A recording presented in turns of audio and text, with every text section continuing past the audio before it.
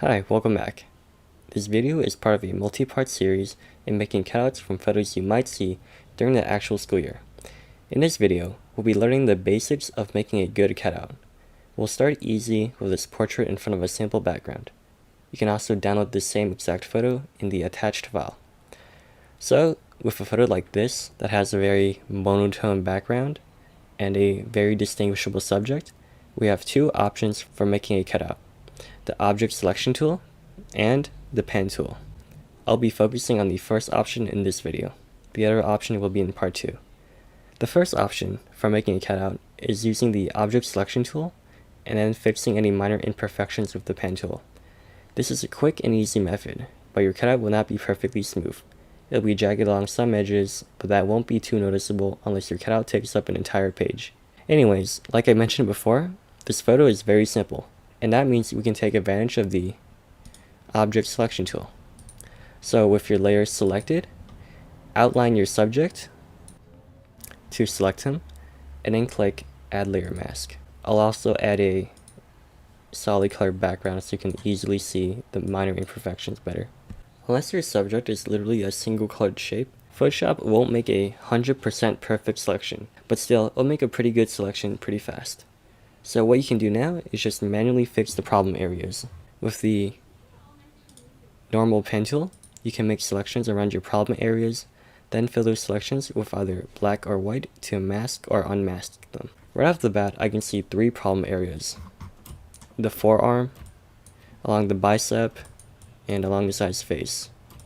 So I'll just start correcting the forearm area. I'll just start by placing an anchor point right here by his t-shirt, and then another anchor point right here by his arm. Then I'll just click and drag my cursor to curve the outline to better outline his t-shirt. Also, you'll notice that this anchor point right here has 2 curve handles, one right here and one right here. This type of anchor point is called a smooth point, because when you place another anchor point, the path between them will smoothly transition. But we don't want that type of path. We want to create a cusp where we can have a path that sharply transitions, not smoothly. You can see that there's a sharp transition from his t-shirt to his arm, which kind of looks like this, and I'll draw it out. It looks like that. It's not a smooth transition. So to convert your smooth point to a cusp point, hold Alt or Option on a Mac and then click on your anchor point.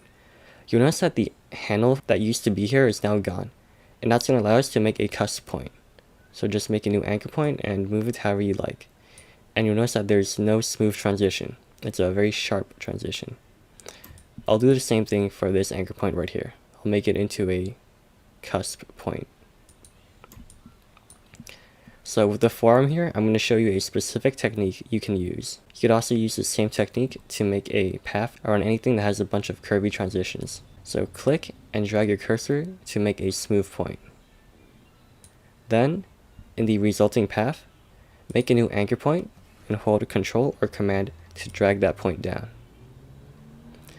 You'll notice that this anchor point right here is a smooth point, so there will be nice curvy transitions that outline this forearm very accurately. I'll just move this point a little bit just to better outline this forearm. So now that most of the background is within the path, you can connect the endpoints to close off your path. Next, turn this path into a selection. To do that, press Ctrl Enter or Command Enter on the Mac to make your selection. Then click on your Layer Mask thumbnail and fill that selection with black.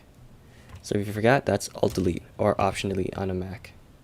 As you can see, the excess background is now masked away. Moving on, we have the bicep area right here.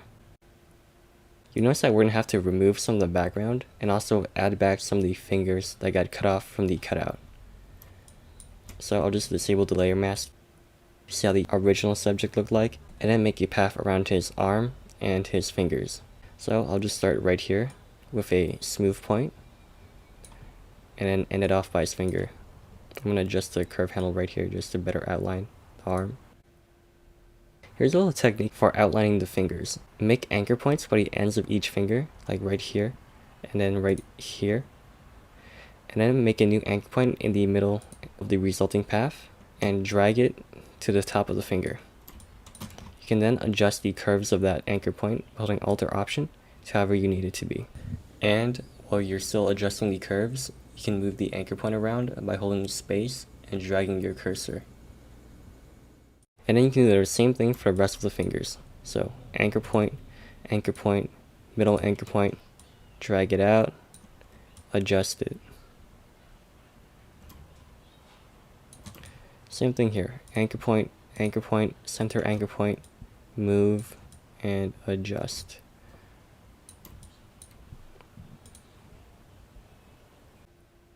So now that we got a clean outline of the fingers, we can close off our path and turn it into a selection. There's a two-step process to mask out the background and unmask the fingers. So first of all, you just want to get rid of the background. So fill the selection you just made with black, and then invert your selection and brush over the fingers with white to unmask them. To invert your selection, press Ctrl-Shift-I or Command-Shift-I on a Mac. And you'll notice that your selection kind of turns inside out.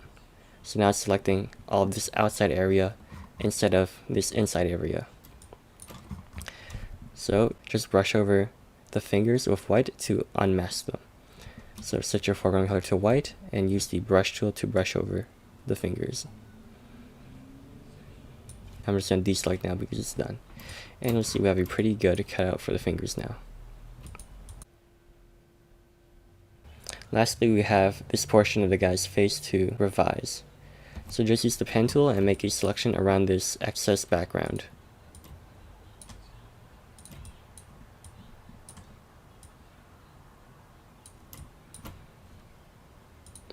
Okay, so we have our path now. Turn that path into a selection, and then fill that selection with black. And there we go. We have a pretty good cutout now.